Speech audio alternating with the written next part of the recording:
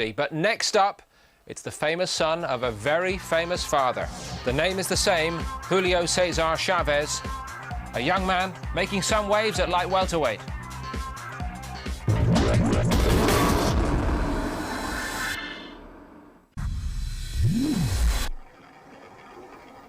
The Mayweathers weren't the only dynasty represented in Atlantic City. At light welterweight, we had the latest appearance by 19-year-old Julio Cesar Chavez Jr.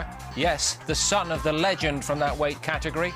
19 straight wins for this 19-year-old so far, looking to extend the record against Ruben Galvan. Tough and a man who'd been used as a trial horse for several contenders in recent years. Chavez continuing his education. Totally unlike his dad in style. He's tall and rangy, and probably it's totally unfair to make comparisons with one of the greats of boxing history. His father, by the way, among the biggest entourage I've ever seen for a prelim fighter. I came in the old red bandanas just to roll back the memories. Yeah, well, young Chavez is not getting the chance most young kids get to just come in nice and quietly and build a career and a reputation. He's right under the spotlight. His every move is scrutinised. But he's coming along nicely, improving every time you see him. But I think they've found a guy here who's done the distance with a couple of decent fighters in his career, maybe hoping to take Chavez a few rounds to make him dig in for victory rather than have it all his own way. But this is a good start. Yeah, Galvan is the durable type. He has been the distance with the faded good fighter, Jorge Paez, and by the former lightweight champion, Paul Spadafora. Lasted 10 rounds with those two. And with Dimitri Salita, who's something of a prospect in the division. Very tall, looking for the body shots, Chavez. Everybody says how much he's improving and how fast he's improving. His best two wins have probably been the last two. Travis Hartman, who he stopped in 3, and then a 42nd knockout of Adam Wynant. 42nd to be exact. And he's learning to deliver the punches properly. He's very tall and slim. I wonder what weight division he'll wind up in. But he's learning the punches properly, steps in, gets the body, that was nicely delivered. So you can see that, the way he switches from hook to uppercut. But this is not the easiest first round I've seen him having. Galvan has done okay, particularly with a couple of body punches in this first round. There's a lot of body to aim at as well. I know that was his tactic from talking to him yesterday at the weigh-in, Ruben Galvan. He looks to have a good temperament as well, young Chavez. Now, he's unruffled. He was put under a little bit of pressure in the first minute here, but didn't change his facial expression. Just took his time. Now he's beginning to look like he's trying to get control of things.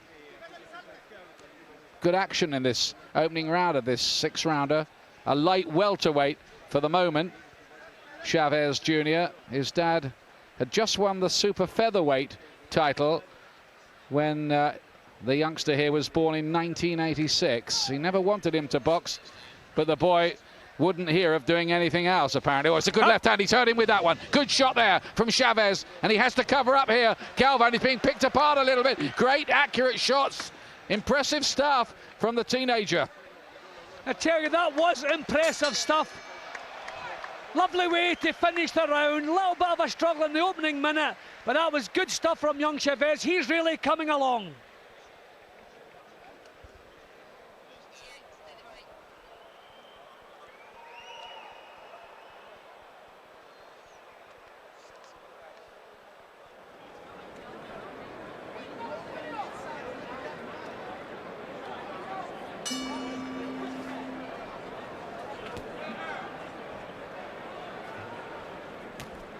Here's round 3. Chavez Jr. just 19 in his 20th pro fight. He's been a professional for less than 2 years. They're keeping him busy. That's the way it should be. They already have other fights lined up for July and August.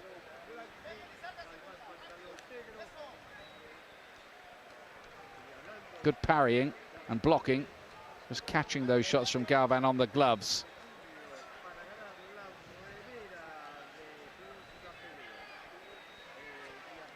Well, any time I've seen young Chavez, he's had things pretty much his own way.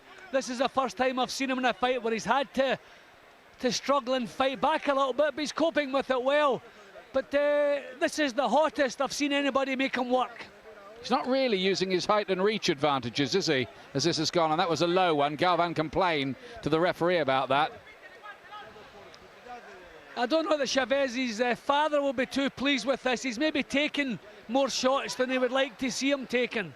There's no power in Galvan's punches, but still you don't want to offer free shots to anybody. Yeah, he has been hit too much. Not really been able to control the fight in the way they would have liked, I would say. Still learning, of course, though. In a way, it gives him advantages having the name he does, but it also adds pressure as well, doesn't it? Yeah, well, you're under the spotlight all the while. People probably more prone to criticise what you're doing. But what he's doing here is pretty good, but I just think he's maybe standing and trading with this fella. He could completely outbox him if he chose, but he's standing in. Good to watch, right enough. Galvan with a tattoo saying modern day warrior. Loves the business, all right, and enjoying his time in the spotlight on this big bill. Good body shot, that one, from Chavez. Likes that left hook to the body. I mean, the quality punches are coming from Chavez. Galvan's still cuffing a little bit, still the inside of the glove, but he's keeping it going.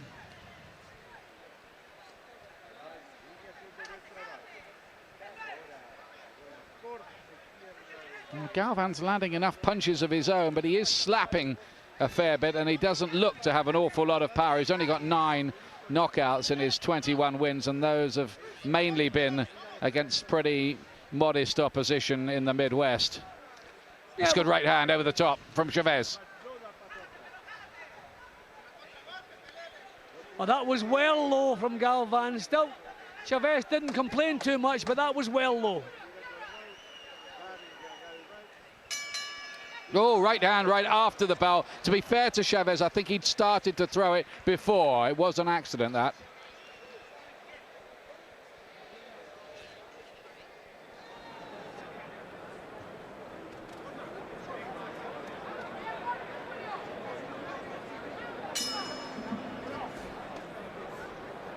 Fourth round, white trunks of Chavez.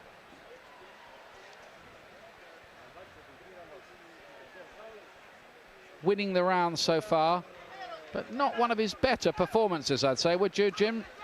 No, but I think the exercise is to put him in with someone who'll take him some rounds and make him work a bit harder than he's had to work in the past. So I think he's been shown up a couple of times. His defence is a little bit leaky, a little bit ragged. His punching's good, his attitude's good, his temperament's good, but maybe just been hit more often than he should. I think that's what they'll have to work on. Oh, what a classy shot. Drove the punch through the middle, then the uppercut. Galvan all over the place and goes out of the ring. So he's officially actually got 20 seconds to get back. He's claiming he was pushed, but that was a definite knockdown. Beautiful punches. That's that little bit of devil that we've seen in the punches, and he's still delivering them. He needed the break of a count to 8, by the way, and didn't get it, Galvan. He shouldn't have complained because he did need the break. I didn't see a count administered. He'll have to stop it here, and he doesn't get stopped much. Galvan having to take these, sucking it up. How did he get through that? We're seeing a too brave a referee here, Ian. He should be out there. He's staggering all over the place. His head has been rolled about with the punches. Yeah, there should be a stoppage. Referee. Yeah, Benji Estevez has to step in here because that head's being rocked around. He can't miss him. He's only got to throw the punches. And this isn't doing Galvan too much good at all. Just walking onto them. This referee has to stop the fight. Larry Hazard, the local commissioner, he's up on his feet screaming at the referee to stop the fight. And so are a lot of other people. This is bad. Bad refereeing. Very bad. Ian, I think this referee's enjoying the fight instead of refereeing it. This is terrible. This fight should have been stopped. Galvan wouldn't stop himself, and they're letting him go on here, and Chavez cannot put him away. Oh dear, this is one of the worst I've seen, Jim. This is as bad as I have ever seen. This is a disgrace. They're throwing a white towel in. And what took them so long with the towel? That was disgraceful refereeing. That man could have been seriously hurt in there. The corner were out of order as well. That towel should have come in a full minute ago. Terrible refereeing. Benji Estevez Jr. I think he's in big trouble, that ref, with the New Jersey Commission. I think he's in danger, big danger, of being on the carpet for that, because that was appalling. This man was allowed to take way too many punches, far too many than were good for him. I mean, the way his head was being hammered about. Ricky Hatton, just along from us, was screaming for it to be stopped, and so was everybody else. Oh my goodness me. You can't afford to have referees like that, can you? That was complete incompetence. I mean, OK, we've dealt with that, but now let's deal with young Chavez. Had to struggle a little bit. His punches were always of a far higher quality. And there is the power. I wonder if we would ever see... OK, the fact that it was landing cleanly so often, he claimed he was pushed out of the ring, but he'd already been staggered by the punches. But at this point, he was being picked off at will, body, head been rolled around all over the place. And the referee, as though he was standing, enjoying the fight, instead of refereeing the thing. OK, at this point it wasn't quite so bad, but this went on for a full minute, longer than that. Total disgrace. Well, I think the very least that will happen is that Larry Hazard and the New Jersey Commission will show a video of this back to this referee and say, look, you've got this totally wrong. There's Dad. I mean, they'll be happy with the win, but in a way that's almost become incidental to the bigger issue at stake there, which was that appallingly